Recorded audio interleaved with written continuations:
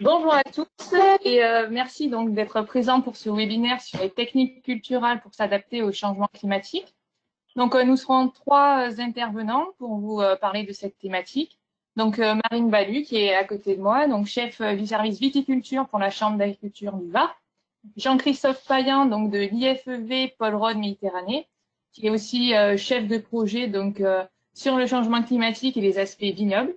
Et donc moi-même, Constance Cunty, récemment arrivée au Centre du Rosé et à l'IFEV, et chargée de projet sur les thématiques du vignoble et notamment le changement climatique. Donc je vous propose qu'on commence tout de suite à rentrer dans le vif du sujet. Donc le changement climatique, comme vous le savez, c'est une notion qui est d'actualité et très importante en viticulture, puisque notamment la culture de la vigne est fortement dépendante des conditions environnementales. Et d'après les scénarios climatiques probables, le sud de la France sera une des régions les plus touchées, notamment par le manque d'eau et l'augmentation des températures, ce qui va renforcer les contraintes thermiques et hydriques que va subir la vigne. Donc, différentes conséquences vont être mises en place. Donc, une diminution quantitative de la production avec un impact sur le rendement. Comme vous pouvez le voir sur la carte, on a autour du pourtour méditerranéen une intensité qui va baisser entre 15 et 35%, mais qui est fortement dépendante du type de sol. Ensuite, le deuxième point, ça concerne l'accélération de la phénologie avec un raccourcissement notamment du cycle végétatif de la vigne et un décalage de la récolte dans une période plus chaude. Et enfin, un troisième impact de ce changement climatique, c'est une modification des paramètres qualitatifs de la récolte avec un degré alcoolique qui sera plus élevé, une teneur en acidité moindre et également un impact probable sur la typicité des vins. Donc, au cours de ce webinaire, on va essayer de vous présenter un petit peu les différents leviers d'action qui sont possibles en viticulture. Donc, Jean-Christophe vous présentera les impacts de l'irrigation. Je poursuivrai par différentes techniques culturales adaptées donc, à la viticulture. Et Marine terminera par les différents leviers d'action, notamment au niveau du matériel végétal. Donc, je laisse Jean-Christophe parler sur cette problématique des rendements et de l'irrigation. Très bien, merci. Donc bonjour. Donc effectivement, là, je vais commencer par vous proposer un peu une photographie de ce qu'on peut retenir des effets d'irrigation.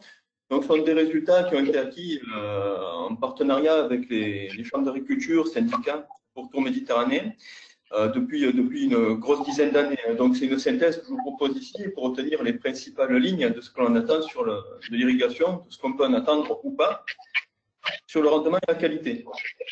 Donc, ce premier graphique représente sur l'axe horizontal les quantités d'eau apportées par irrigation et sur l'axe vertical les effets induits sur le témoin non irrigué. Il y a ici représenté une cinquantaine de parcelles différentes. Alors, il y a différents cépages, différents millésimes sur le pourtour méditerranéen. Et c'est vraiment l'image que l'on garde des effets d'irrigation. Il y a trois éléments à retenir. Le premier, c'est qu'il n'y a pas de linéarité entre les quantités d'eau apportées et l'effet sur le rendement. Donc, il n'y a pas la proportionnalité, quoi, hein. Le deuxième élément à retenir, c'est que finalement, on n'a pas apporté des quantités d'eau extraordinaires, on n'arrive pas à faire exploser les baies ni le rendement avec l'eau, pris comme seul facteur de variation des techniques culturales, puisqu'on est dans une gamme de mesures, vous le voyez, de l'ordre de 0 à 50% d'effet sur le témoin sec. Alors là, on parle d'effet d'irrigation. J'aurais plutôt tendance à dire, puisqu'on a conduit les essais dans des situations sèches, qu'on a réussi à préserver jusqu'à 50% des rendements pour éviter donc des pertes de rendement sous l'effet des sécheresses, puisqu'on était dans des situations volontairement très restrictives en eau. Et le troisième point que l'on peut retenir de l'irrigation, c'est que finalement, sur la vigne, on n'a pas des besoins, comparativement aux autres cultures, extrêmement importants, puisqu'on s'aperçoit qu'au-delà de 100 mm, donc retenez cet ordre de grandeur, à peu près 1000 m3/hectare, au-delà de 100 mm, on ne valorise pas l'irrigation en termes d'effet sur le rendement. Donc voilà un petit peu cette image-là de ce que l'on peut retenir sur les apports d'eau. Une autre perspective que l'on avait essayé de conduire, c'était de stabiliser stabiliser les rendements de façon interannuelle avec l'irrigation. Et j'en veux comme exemple ce graphique-là, qui illustre sur une série, vous voyez, de 7-8 années, que l'alternance des rendements interannuels est plus importante que l'effet induit par l'irrigation. Donc en bleu irrigué, en rouge le témoin. Et cela signifie en fait qu'au-delà de l'eau, tout le reste de la conduite du vignoble est extrêmement importante en termes d'effet sur le rendement, la fertilisation, la taille, la protection phytosanitaire, et que l'irrigation est un facteur parmi d'autres, donc qui permet de sauvegarder quelque part une situation, mais qui ne permettra pas de compenser la totalité de ce qu'on chercherait à obtenir pour contrecarrer les effets du changement climatique. Voilà, donc pour aller très rapidement également en quelques diapos, là, les effets de l'irrigation sur la qualité. Donc on va voir 3 paramètres avec le premier, c'est celui-ci. En haut à gauche, c'est l'effet de l'irrigation sur le taux de sucre. Donc le rouge, c'est le témoin, les bleus et noirs, c'est différentes doses d'irrigation, peu importe. Retenez qu'à tous les coups, ça marche. Quand on apporte de l'eau sur une situation de forte contrainte hydrique, en fait, on favorise le fonctionnement de la photosynthèse, on améliore la photosynthèse et donc ça se traduit par une augmentation du taux de sucre à date équivalente. Donc c'est un peu contre-productif par rapport aux effets attendus du changement climatique. On a quand même tendance avec l'irrigation à avoir un feuillage plus intéressant, mais par contre à accélérer la maturité en sucre. Si on regarde sur le graphique de droite, je vous propose une synthèse des résultats par rapport aux effets induits sur les polyphénols anthocyanes. Comme on augmente les rendements, on a un effet dilution qui se traduit sur ces caractéristiques-là, qu'il faut cependant nuancer en fonction du cépage, puisqu'on voit le grenache, qui a un faible potentiel, est très rapidement atteint par des effets de dilution, avec des intensités colorantes assez faibles, là où la Syrah reste quand même très soutenue. Donc en fonction du type de vin recherché ou du cépage, on peut moduler finalement les effets et l'interprétation de ces effets sur le raisin. Et enfin, pour aller à l'essentiel sur les dégustations, alors là on a conduit de très nombreuses séries de dégustations sur les modalités irriguées, non irriguées. On n'a jamais mis en avant un effet bénéfique ni dépréciatif de l'irrigation sur la qualité des raisins. Donc on améliore le taux de maturation, le taux en sucre. Après, en termes de jury de dégustateurs, on a des profils différents d'appréciation qui ne sont pas forcément stables dans le temps. On a essayé de qualifier ça par rapport à des vins de consommation plus rapide ou des vins de garde. Retenez que finalement, on arrive très peu à influencer la qualité du vin avec l'irrigation. Alors, je vais quand même faire un aparté important ici, c'est que ces essais-là ont été conduits sur des vinifications en rouge. Et on a peu de recul finalement jusqu'à présent sur les blancs et les rosés, mais un autre effet de l'irrigation, c'est de maintenir un taux d'acidité un petit peu plus important dans les vins, notamment d'acide malique. Donc il y a fort à parier que les effets de l'irrigation soient davantage bénéfiques sur des vinifications en rosé et en blanc, en maintenant une meilleure fraîcheur et un meilleur équilibre dans les vins que ce que l'on a pu obtenir ici sur les rouges. Et voilà la petite info qui apparaît. Donc c'est l'objet notamment des travaux qui sont actuellement conduits par Constance au Centre du Rosé, pour essayer de maximiser un petit peu ces résultats-là en croisant des effets de rendement liés à de la fertilisation différenciée avec des irrigations différenciées et surtout en appréciant dans un contexte vraiment de qualité des vins de rosé de Provence les effets induits sur le vin produit.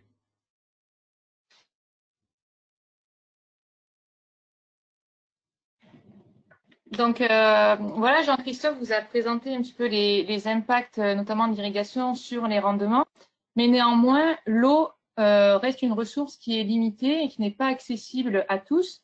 On le voit sur le graphique, la superficie du vignoble irrigué en région PACA, elle est inférieure à 15%.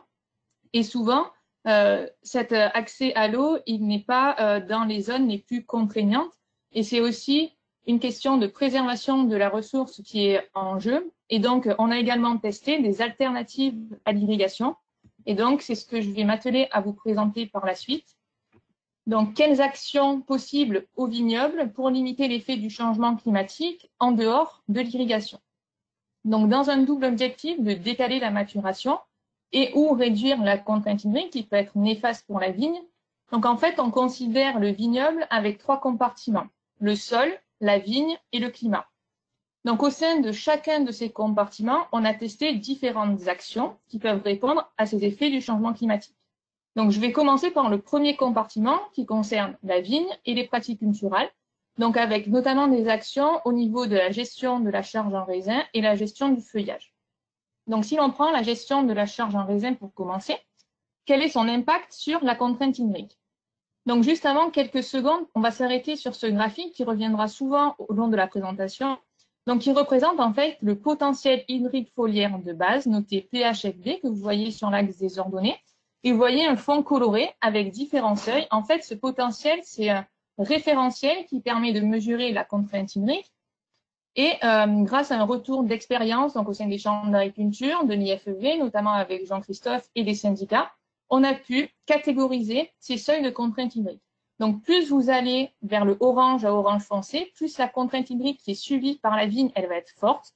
En revanche, lorsqu'on est dans des zones plutôt bleues, la contrainte hydrique est faible, voire absente. Donc, revenons maintenant aux essais qui ont été menés en lien avec cette charge en raisin. Donc, on constate donc avec un témoin, en fait, les résultats là, c'est sur un sol qui est peu profond, donc assez superficiel, et où il y a une contrainte hydrique qui est quand même assez sévère. Donc, le témoin, il est représenté par la courbe verte et on a un rendement atteint environ de 50 hectolitres par hectare. La courbe bleue représente la modalité éclaircie, donc c'est un éclaircissage post-nouaison avec un rendement atteint de 30 hectolitres par hectare. Et la modalité en rouge concerne la charge plus, donc on a un rendement de 80 hectolitres par hectare. Et ce qu'on constate, en fait, c'est que quelle que soit la charge en raisin, la contrainte hydrique, elle n'est pas affectée dans une situation fortement sensible. Donc, la charge en raisin ne va pas induire de différence sur la contrainte hydrique et ne va pas permettre de mieux passer cette période de sécheresse. Donc, ce qu'on s'attelle à faire en ce moment au centre du Rosé, c'est d'étudier cette modulation en fait, du rapport feuille-fruit dans une situation qui est moins sensible à la contrainte hydrique et on va étudier les impacts sur la qualité du vin rosé. Ensuite, le deuxième point que je voulais aborder, c'est la gestion de la surface foliaire. Donc, le principe, c'est de réduire tardivement cette surface foliaire, puisque la demande climatique, elle est assez forte donc, au mois d'août, pendant les périodes les plus sèches. Et donc, on a voulu rogner sévèrement, donc en divisant par 2 la hauteur de feuillage pour limiter cette transpiration de la vigne. Et donc, qu'en est-il sur la contrainte hydrique, la date de récolte et le goût des vins? Donc, ce qu'on observe, c'est que la réduction de la surface foliaire n'a encore une fois pas impacté cette contrainte hydrique, donc mesurée soit par le potentiel hydrique foliaire de base, donc comme on l'a vu tout à l'heure, ou par le delta C13 Jean Mou, qui est un indicateur global en fait de la contrainte hydrique qui est subie par la vigne au cours de la maturation. Donc, aucun impact. Néanmoins, la différence avec tout à l'heure, c'est qu'on a un effet sur la maturation avec un décalage de la maturité technologique, donc en sucre, de 6 jours entre la modalité témoin que vous voyez en jaune sur le graphique et les modalités effeuillées ou rognées qui apparaissent en vert ou en bleu. Quelques différences en termes de paramètres œnologiques, notamment sur la teneur en acide tartrique ou malique, mais ces différences n'impactent pas la qualité organoleptique. Donc, un jury expert a dégusté ces vins et on n'a pas d'impact significatif sur la qualité organoleptique des vins. Donc ensuite, une fois qu'on a vu ce premier compartiment, passons au second compartiment qui concerne le climat. Donc, une des actions possibles, c'est la réduction de l'intensité lumineuse. Et cette réduction d'intensité lumineuse, elle peut être faite par différents ombrages de la végétation. Donc, soit à travers des filets occultants, des panneaux photovoltaïques, des arbres ou un port de la végétation retombante également. Et donc, en ce moment, on a de nombreuses références et nombreuses références en cours d'acquisition sur le pourtour méditerranéen et en Provence qui sont en train d'être acquises, donc en faisant varier la période, l'intensité ou le type d'ombrage. Et ce que je vous propose de vous présenter, en fait, c'est quelques résultats sur des filets d'ombrage qui ont été posés donc, entre les stades de nouaison et de récolte et qui vont limiter de 50% le rayonnement solaire. Donc, qu'en est-il de l'effet de l'ombrage sur la contrainte hydrique? Tout d'abord, donc c'est des essais qui ont été faits sur différents sites et sur différents millésimes, les 2 millésimes précédents. Et vous voyez, donc avec les courbes, donc en rouge, on a le témoin et en vert, on a la modalité ombrée. Donc, à chaque fois, on a des premiers résultats qui sont encourageants, avec notamment un effet de l'ombrage sur la contrainte hydrique qui est significatif, mais également durable, avec, dans tous les cas, un gain proche d'une classe de contrainte hydrique. Donc, premier effet de cet ombrage. Deuxième effet, c'est l'effet de l'ombrage sur la maturation. Donc, on constate également un retard de maturité technologique entre 7 à 10 jours avec la modalité ombrée, donc qui apparaît en vert sur le graphique, comparé à la modalité témoin. Et lorsqu'on constate, lorsqu'on regarde les teneurs en anthocyanes, c'est également une diminution de la teneur en anthocyanes, mais attention, donc cette diminution de la teneur en anthocyanes, elle peut être négative pour les vins rouges, mais sur les vins rosés, elle est beaucoup moins pénalisante. En revanche, qu'en est-il de la qualité organoleptique des vins qui en résultent? Donc cette dernière n'a pas encore été testée, puisque ça c'était des essais sur les vins rouges, et elle sera testée donc au centre du rosé pour les essais en cours, dont je vous ai présenté tout à l'heure, et donc on étudiera quel est l'impact de l'ombrage sur cette qualité organoleptique des vins qui en résultent avec notre jury expert au centre du rosé. Donc, une fois qu'on a parlé de ces deux composantes, le troisième compartiment concerne la gestion du sol. Et donc là, je vais laisser Jean-Christophe prendre la main et conclure également sur ce. Oui, oui, merci. Oui, donc effectivement, le dernier compartiment qu'on a regardé, alors c'est un peu complexe, donc on n'a pas mis les illustrations parce que ça prend vraiment trop de temps pour tout commenter, donc je préfère vous faire quelques brèves d'informations. Donc on a testé différentes choses, des paillages au sol, une amélioration du taux de matière organique dans les sols et puis des améliorateurs de capacité de rétention. En ce qui concerne les paillages, on a eu des essais réalisés en région PACA sur 5 ou 6 sites différents.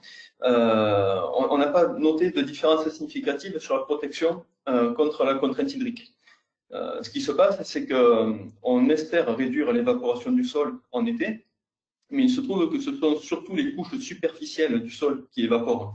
C'est-à-dire qu'en région méditerranéenne, lorsqu'on aurait besoin de protéger de l'évaporation du sol, il n'y a déjà plus d'eau dans ces couches-là, d'où l'absence d'effet du paillage sur la contrainte hydrique et quelques effets induits qui étaient moins intéressants puisque ça se salissait assez rapidement au bout de 2 années notamment. De la même façon, on nourrissait beaucoup d'espoir sur l'amélioration du taux de matière organique dans les sols. Donc là, ce sont des essais qui ont été réalisés surtout dans l'Hérault sur une dizaine d'années et plusieurs sites. Et de la même façon, on a noté des effets sur la minéralisation, le comportement agronomique du sol, mais pas d'effet protecteur contre la contrainte hydrique. Dans des situations, une fois de plus, de forte contrainte hydrique, on joue sur l'épaisseur du trait et donc on n'est pas significatif. Et enfin, une voie d'avenir, là, il y a quelques spécialités qui sortent, ce sont les améliorateurs de capacité de rétention des sols. Il y en a un surtout que l'on a testé, ce sont des biochars, donc ce sont des résidus organiques issus des sous-produits de la filière, à partir de marcs de raisin, de pulpe de raisin, que l'on traite thermiquement et qui confèrent une propriété un peu d'éponge, si vous voulez, dans le sol, et qui ont donné des premiers résultats assez encourageants, du même ordre de grandeur que ceux de l'ombrage. Voilà. Et pour conclure sur cet effet, là, vous voyez que finalement, les bras de levier sont relativement faibles pour lutter contre les contraintes hydriques. On a finalement un effet significatif de l'ombrage. On peut espérer des effets au niveau de la rétention en eau des sols. Et puis finalement, après, on est à la marge. Sur tout le reste, on est un peu à la marge. Donc la question qu'il faudrait tester, c'est finalement l'addition de ces différentes actions individuelles pour voir si on n'a pas une solution avec la combinaison de plusieurs pratiques culturelles pour rendre compte d'effets au moins similaires à ceux d'irrigation. Voilà. Et en termes de conclusion, si on peut passer à la diapo suivante, s'il vous plaît, merci. Voilà, en termes de conclusion, j'aime bien recadrer le sujet par rapport à l'âge de la vigne en différenciant 3 périodes. Finalement, le premier cas de figure, c'est sur les vignes en place. Aujourd'hui, vous avez des parcelles qui sont figées, quoi, hein, et il faut identifier la problématique. Est-ce que c'est une problématique de maturité, de rendement ou de pérennité des ceps, par exemple? Et là, on vient de faire un petit peu le tour de tous les bras de levier qui étaient accessibles, notamment l'irrigation et les pratiques culturales. Et on a vu un petit peu leur faible poids. Donc, reste encore après les pratiques œnologiques. Mais pour s'adapter aux perspectives du changement climatique, on voit que c'est relativement peu nombreux comme solution. La deuxième question qui a à se poser, c'est finalement, demain je vais planter, je vais mettre en place une vigne pour 25-30 ans minimum. Compte tenu de ces perspectives, comment dois-je raisonner mes plantations? À ce niveau-là, il ne faut pas hésiter à aller regarder dans le catalogue des porte-greffes, finalement ceux qui sont bien adaptés aux conditions de sécheresse, et puis également des clones en favorisant peut-être des clones plus productifs qu'à l'accoutumée, puisqu'on sait qu'on va affecter à la baisse les rendements. Donc, autant choisir partir sur des potentiels de production un petit peu plus importants.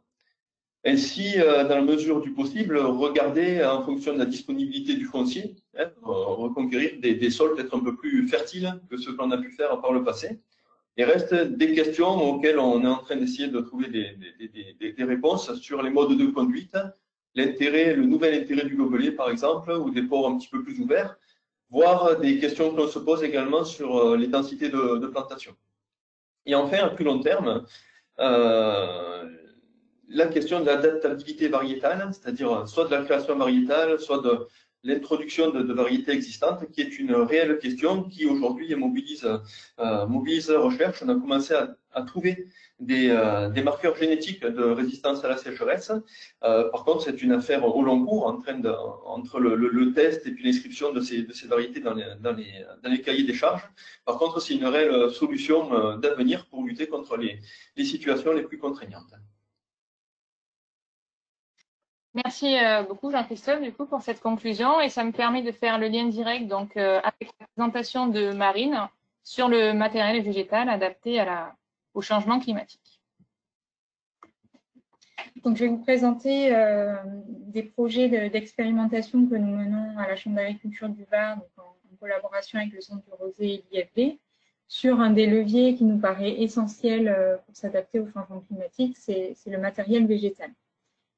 Nos travaux ont pour objectif de pouvoir mettre à disposition des vignerons du matériel végétal qui soit adapté au contexte d'évolution du climat que nous vivons.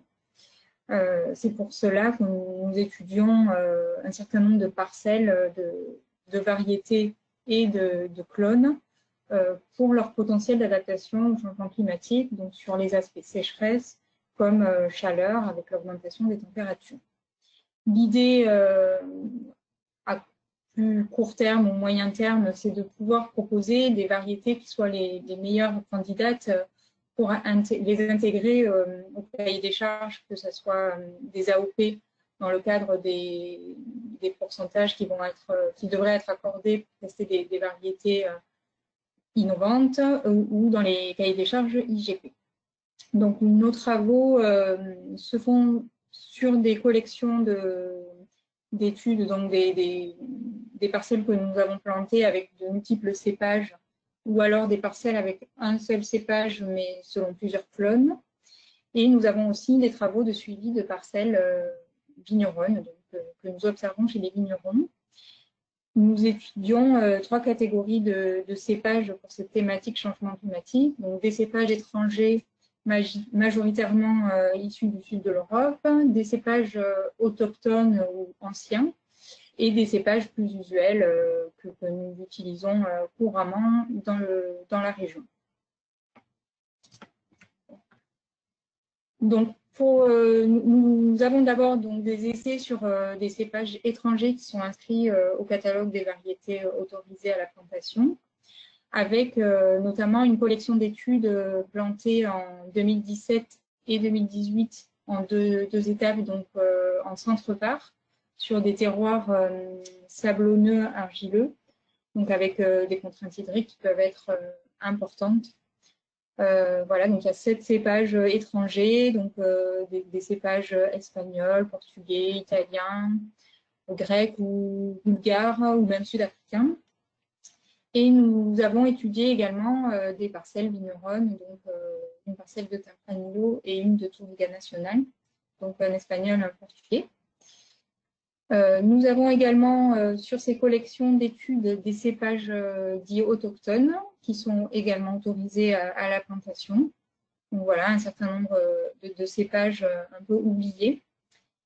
Et nous avons également à l'étude des différences de comportement de différents clones de cinsault et de mourvèdre, avec enfin l'étude de nouveaux cépages qui, pour l'instant, ne sont pas inscrits au catalogue, donc du mourvèdre gris et du mourvèdre blanc.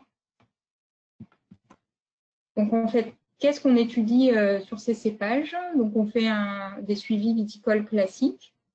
Donc, on étudie le comportement en termes de phénologie pour voir si ces cépages peuvent s'adapter à un décalage en fait, de maturation.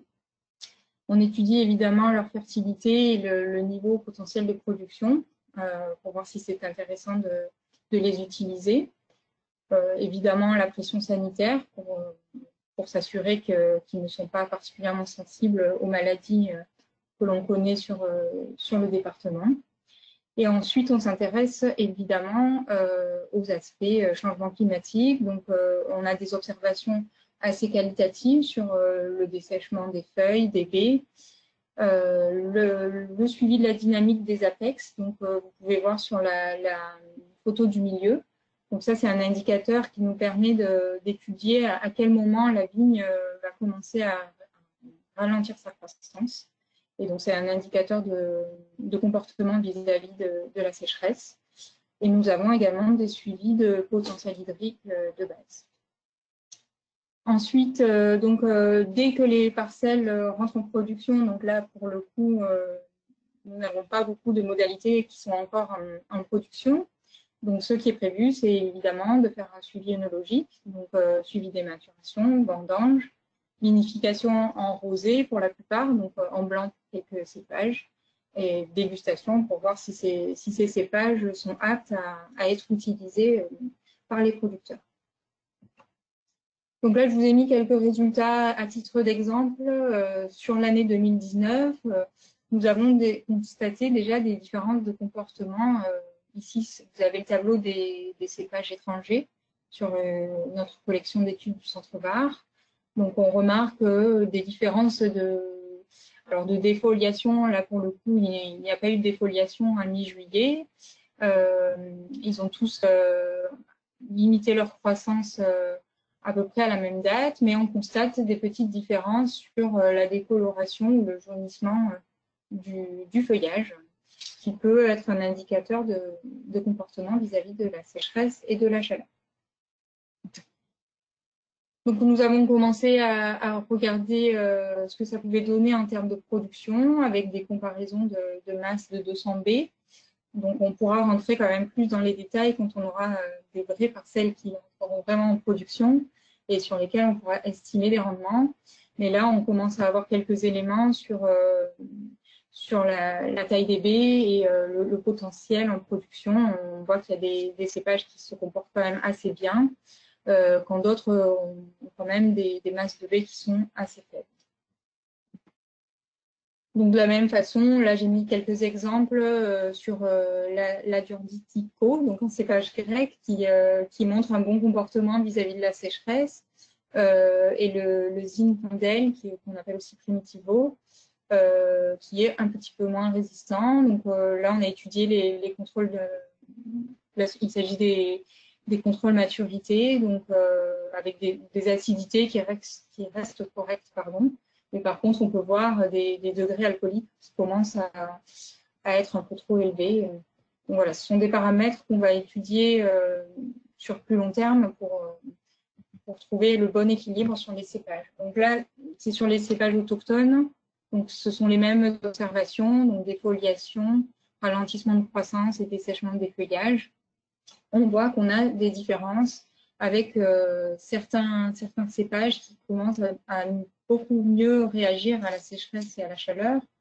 Par exemple, on voit le Carignan blanc, c'est un blanc, mais il se comporte plutôt très bien. On a le plan droit qui peut donner du rosé, qui est aussi pas mal là sur ses premiers essais. Donc voilà, déjà sur quelques millésimes, on voit des différences entre ces variétés. Donc ici, je ne vous décris pas tout, c'était pour montrer les différentes analyses qu'on peut faire sur ces cépages. Donc voilà, on s'intéresse au degré alcoolique potentiel, à l'acidité, parce que c'est important, comme ça a été souligné dans les interventions précédentes, de maintenir quand même une acidité correcte, voire assez élevée pour contrecarrer en fait les baisses d'acidité qu'on peut avoir dans les vins avec le changement climatique. Donc, pour conclure brièvement, voilà, nos travaux sont encore au début. Quand on travaille sur le matériel végétal, on a besoin travailler sur le moyen voire le long terme. Donc, on a des parcelles qui sont encore jeunes, où l'étude de la partie œnologique est pour l'instant limitée, mais donc on poursuit les essais. On espère avoir des résultats très rapides dès cette année avec l'entrée en production de plusieurs modalités sur vin rosé. Mais on peut quand même déjà constater qu'il y a du potentiel sur certains cépages avec un comportement particulièrement adapté en termes qualitatifs d'adaptation à ces fortes chaleurs et à cette sécheresse. Voilà. Très bien, donc merci Marine pour cette présentation. Donc on a vu au travers des différentes présentations les différents leviers d'adaptation qui pouvaient être envisagés pour lutter face aux effets indésirables induits par le changement climatique. Donc merci beaucoup pour votre attention et je vous propose maintenant de passer au jeu des questions-réponses. Donc si vous avez des questions, n'hésitez pas à nous les poser dans le chat et on prendra plaisir à y répondre.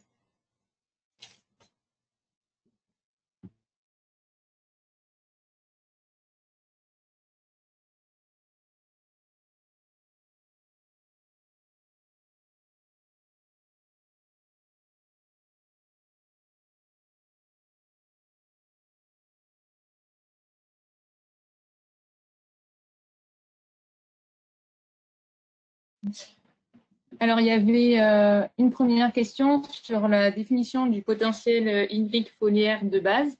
Donc, c'est Jean-Christophe Payen qui est un peu l'initiateur de… Ouais, je vais prendre la parole si tu veux.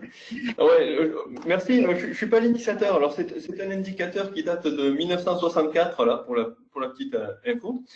Enfin, peu importe. Hein. Le mieux pour définir le potentiel de base, c'est de considérer la vigne comme une éponge que l'on pose au niveau du sol et qui se réhydrate en fonction du taux d'humidité du sol, quoi.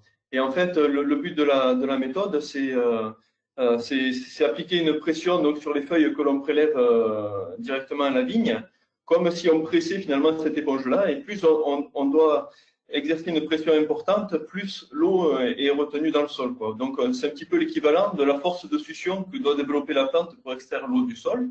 Donc, quand le sol est plein d'eau, il ne faut pas beaucoup forcer. Et la vigne peut aller jusqu'à 12 à 15 bars, pour donner un ordre de grandeur, hein, de force de succion pour extraire l'eau du sol. Donc, elle est quand même assez bien adaptée à la sécheresse. Parfait, merci.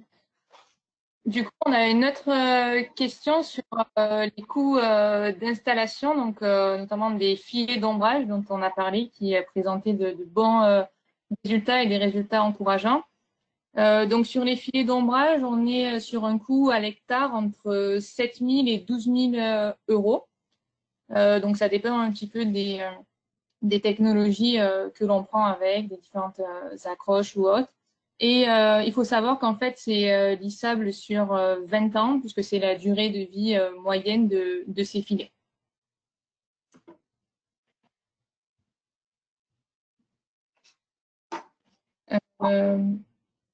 Peut-être une autre question du coup qui vient là sur l'entretien du sol. Et donc, qu'en est-il des pratiques et des leviers d'action qu'on a proposés vis-à-vis de la gestion du sol et de l'enherbement? Si Jean-Christophe, tu as un retour.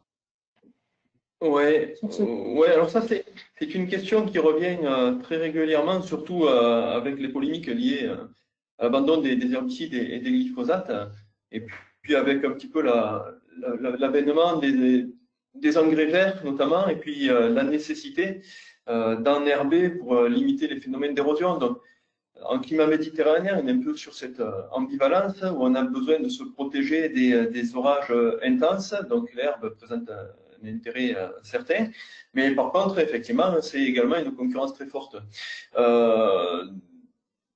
L'erreur que l'on commet souvent quand on est en situation de sol relativement superficiel ou de sécheresse climatique, c'est de laisser de l'herbe un peu trop longtemps, quoi. Faut savoir que même au niveau des engrais verts, par exemple, qui seraient des engrais semés, on a un temps de minéralisation de la matière organique qui est à peu près d'1 mois. Et les besoins de la vigne sont aux alentours de maximum de début mai jusqu'à début juin. Donc l'idée, c'est de détruire l'herbe après le débourrement, quoi. Par précaution déjà pour pas qu'il y ait de concurrence hydrique, et puis pour permettre une minéralisation de la matière organique, si on a laissé des engrais verts notamment, au moment le plus opportun pour la vigne. Donc en général, là où pousse l'herbe, c'est qu'il y a de l'eau qui a été utilisée, et si on est en période de contrainte hydrique ou un secteur de contrainte hydrique, c'est autant de moins qui sera disponible pour la vigne.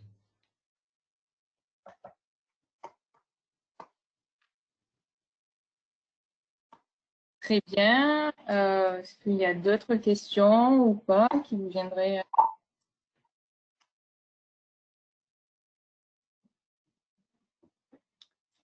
Donc, a-t-on pu identifier ce qui s'était passé physiologiquement à la faveur des études de juin dernier? On a fait un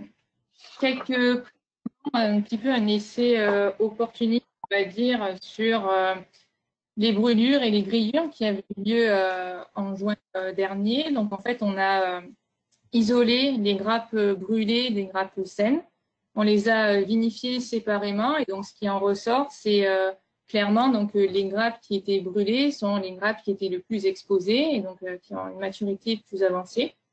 Mais en termes de dégustation et de qualité organoleptique des vins, les résultats ne sont pas défavorables aux critères qualitatifs de CB, avec certes des notes de confiserie plus marquées, mais une appréciation globale qui est meilleure, donc avec forcément un degré alcoolique un peu plus élevé, mais on n'a pas en tout cas de dépréciation de ces baies-là et du vin issu de ces baies-là à terme.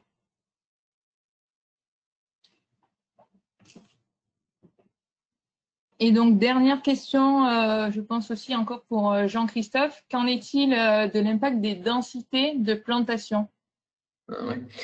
Oui, alors les densités de plantation, je vais les citer là, dans la conclusion. Pour l'instant, c'est un peu une inconnue. Alors, on a eu l'occasion, notamment avec la Chambre d'agriculture du Vaucluse, d'acquérir des références sur des densités élevées sur une parcelle où même cépage, même clone, même porte-greffe, même date de plantation. On a pu comparer des densités conventionnelles, 4500 pieds hectares, avec des densités plus élevées en resserrant soit sur le rang, 6200 pieds, soit en resserrant également l'interrang. Donc, la seule chose que l'on sache, c'est qu'on accentue la sensibilité à la sécheresse avec des densités élevées. Depuis cette année, on a procédé de façon inverse. On a arraché des pieds pour avoir des références en densité plus faible, pour voir si d'un point de vue agronomique, on pourrait s'orienter vers du conseil à des densités plus basses que ce que l'on connaît aujourd'hui.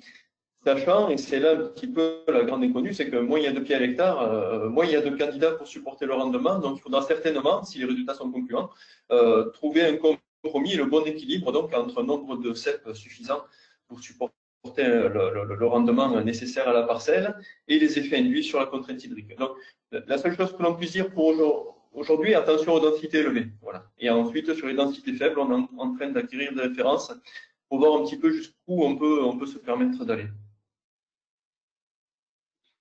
Très bien, merci beaucoup. Bah, écoutez, je vais vous proposer de conclure. Si jamais vous avez d'autres questions, vous pouvez nous les envoyer aux différents mails qui s'affichent à l'écran. Et puis, je vous remercie encore une fois de votre présence à ce webinaire.